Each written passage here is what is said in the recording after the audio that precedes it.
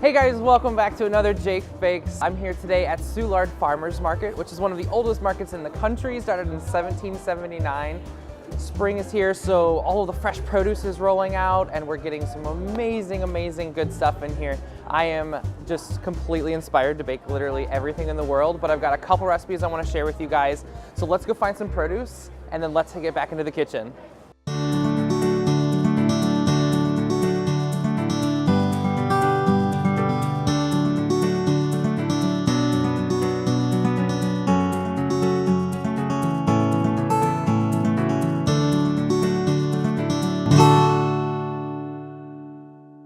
So today I want to share with you my raspberry crumble bars, which are the perfect little treat in the afternoon or even better for breakfast. Now, as all good recipes begin with, we need to start with some butter. So we've got 2 sticks of butter in our mixer. Add 3/4 of a cup of sugar, and I'm using special superfine sugar that you can find in most grocery stores. You can use regular granulated sugar too. So I'm gonna add 3/4 a cup of that, a good pinch of salt, and we're gonna go ahead and beat this in a stand mixer or even a hand mixer. But if you're using a stand mixer with a paddle attachment, for about 3 to 5 minutes, we wanna whip lots of air into this until it's nice and really pale and really fluffy. This is actually one of the most common places where people mess up in baking, is not creaming their butter and sugar long enough. Usually they're like, it's mixed, it's great. You wanna make this so that it's almost like whipped cream texture or a frosting texture. Beat until it's completely like pale. You'll see it actually kind of turn a little bit whiter. So I'm gonna turn this up to high and just let it go for a couple minutes.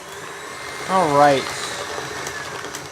Turn this down and you'll see how light and fluffy that is. It really looks a lot like whipped cream.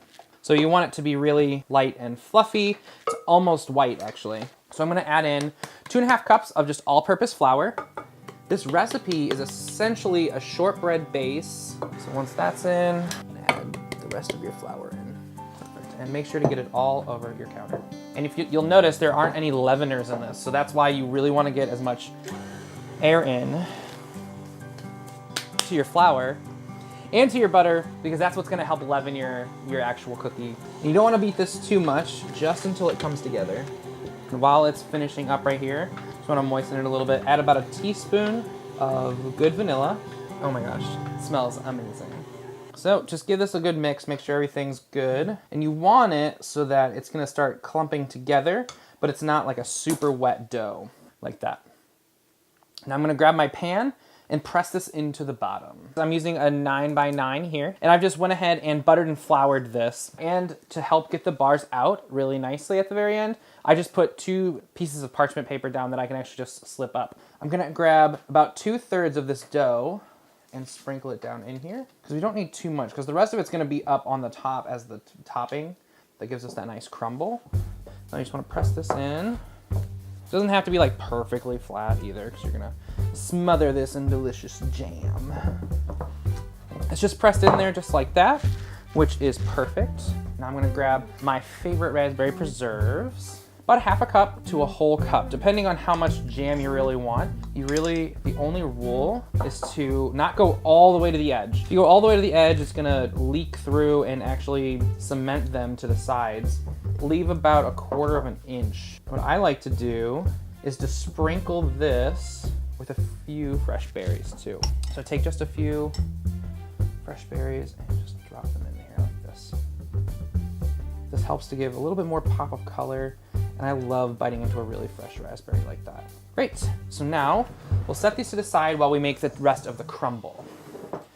This is just the rest of our dough. It's kind of the perfect streusel right now. But what we're going to do is add 2/3 of a cup of oats, another 1/2 cup of slivered almonds. Finally, kind of my secret ingredient to this to make this look really special is just almond paste. You can find this at any supermarket. It's gonna be right by the pre-made frostings and pie filling. Because it's really potent, you wanna just get in here and just break it up really small so that you're not gonna bite into a huge piece of it. So it's really delicious and you get this really strong almond flavor, and the almond and the raspberry play super well together. Because you're just gonna sprinkle this on top. Make sure you cover all of the edge, but I like to let little peaks of the raspberry show through. This is perfect. So now I'm gonna get this into a 350-degree preheated oven for about 30 to 35 minutes until they just start to turn brown and golden on top.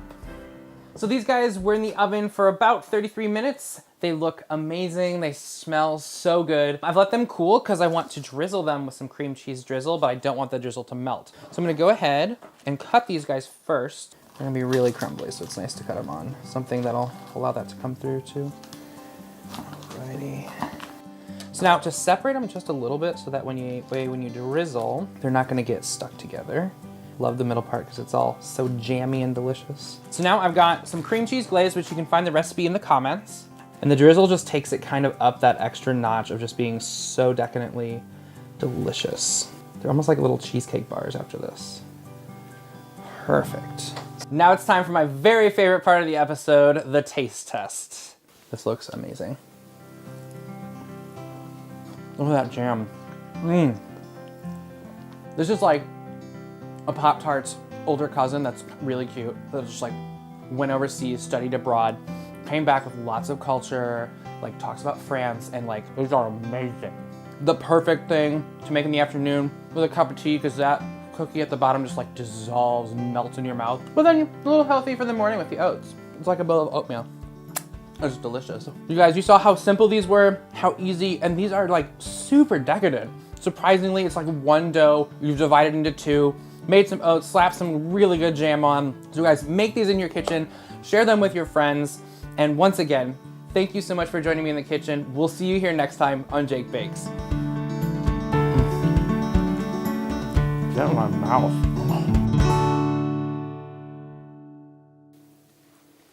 You don't want to be too healthy. That's what killed Bruce Lee. What? Kill Bruce Lee? What the